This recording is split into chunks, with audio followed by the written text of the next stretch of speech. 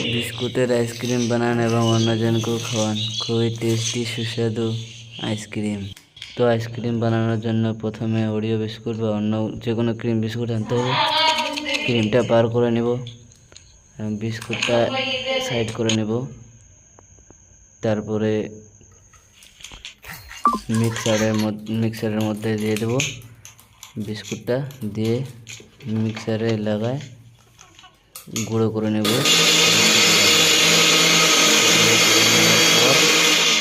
বার করব এবং একটা বাটিতে বা যে কোনো থালায় বার করব। বার করে